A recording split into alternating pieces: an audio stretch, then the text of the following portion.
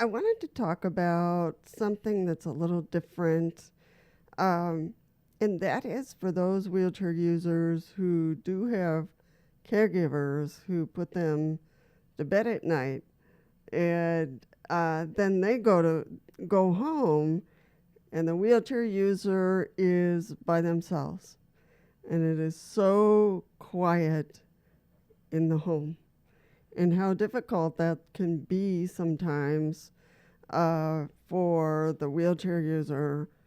So this is a little different than what we've done in the past. I'm doing this video as the sun goes down, and you can see the light on my shoulder here as our sun in Wisconsin is still a little bit high, but it is going down. And it just popped up in my head, for those wheelchair users that need help getting up in the morning or need help, going to bed at night, and then everyone goes home.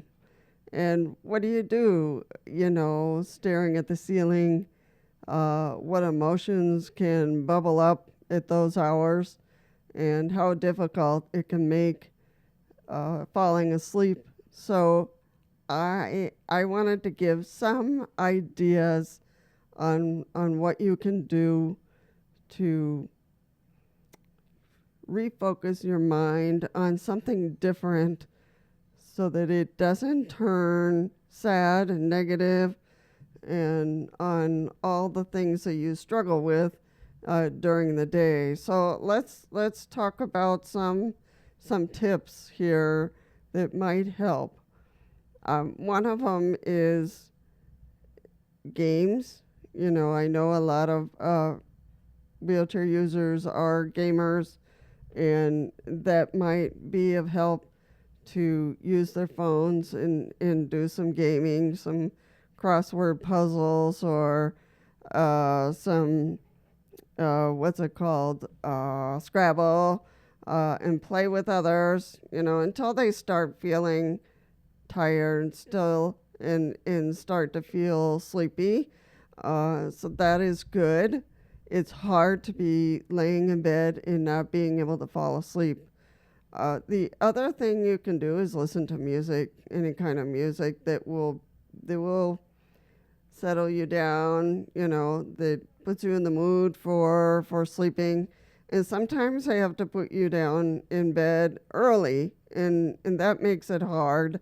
So, find things that you can do while you're, sometimes we're put to bed early, like 6 o'clock, and then the caregiver leaves, and nobody wants to go to sleep at 6 o'clock in the evening. So, at least not me. So it can be helpful to have things to do, and not to lay there staring at the ceiling, not knowing what to do, but to have, your tablet or your phone with you, and think of some things that you could do: crossword puzzles, Scrabble, other games, Mahjong. I do Mahjong at times. I love that one. So writing, listening to music, stories, listening to stories, to audiobooks, to I have this, and this is going to sound a little strange, but it does help me fall asleep. I listen to stories about Bigfoot on Buckeye Bigfoot channel. The woman who narrates the stories that are emailed to her has the perfect voice to relax you and to help you fall asleep. And many people on this channel have told her that she has a great voice that helps them relax and fall asleep. She does. It's just a magical voice that not everyone has. So so if I'm stuck and I can't fall asleep, then I listen to Buckeye Bigfoot. Might sound strange, but it works. So it's those kind of things that you want to set up for yourself to pass the time and not let your mind drift away into negativity or to anger or any of those kind of things, that your day ends in a positive note, and that your day ends with some goals for the next day, that your mind ends and plans something great for the week that you want to do, that you want to accomplish, and not into sadness or depression because you're by yourself and everything is so quiet. I think the silence is can be tricky to deal with, but I just wanted to say, find something that's going to be helpful for you, and that that it's going to help settle you down, and the counselor, psychologist recommend that you begin to back away from the screen, before half an hour before going to bed. And some of us are already in bed early, so it's important to, that's why I listen to kind of like audiobooks, because then I'm not looking at the screen, I'm just listening.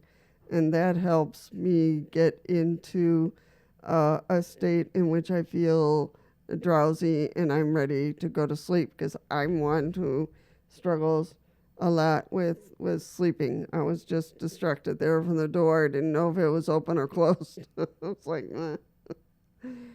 so I just wanted to put that out there for those of us who lie down early and need to kind of wait or hope that you feel tired and you feel sleepy soon at some point.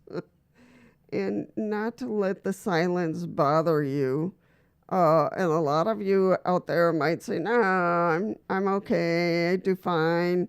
And others might say, I really struggle at those hours that the caregiver leaves, and there's so many hours that I have to wait for that time to fall asleep. So it'll be important for you to have things to do. Again, those adult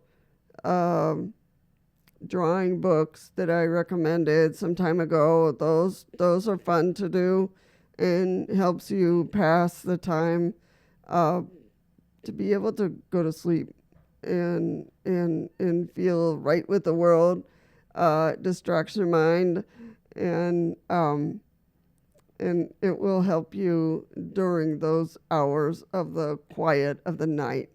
So I just wanted to make this video in case there's somebody out there that struggles with the evening hours and needs some ideas to pass the time if they're already put in bed and need to wait for that hour to be able to fall asleep. All right, people, I'm hoping this helps, and sleep well tonight. Well, you know what to do, and don't forget the Red Cross if you have the ability to donate, even if it's $5 or $10. It'll be very helpful to the people here in the United States who have experienced a lot of flooding in New Mexico and Texas. And thank you to Mexico who came over to help us. We appreciate any help we can get right now. So thank you for your assistance and your help for our brothers and sisters who have struggled with the floods.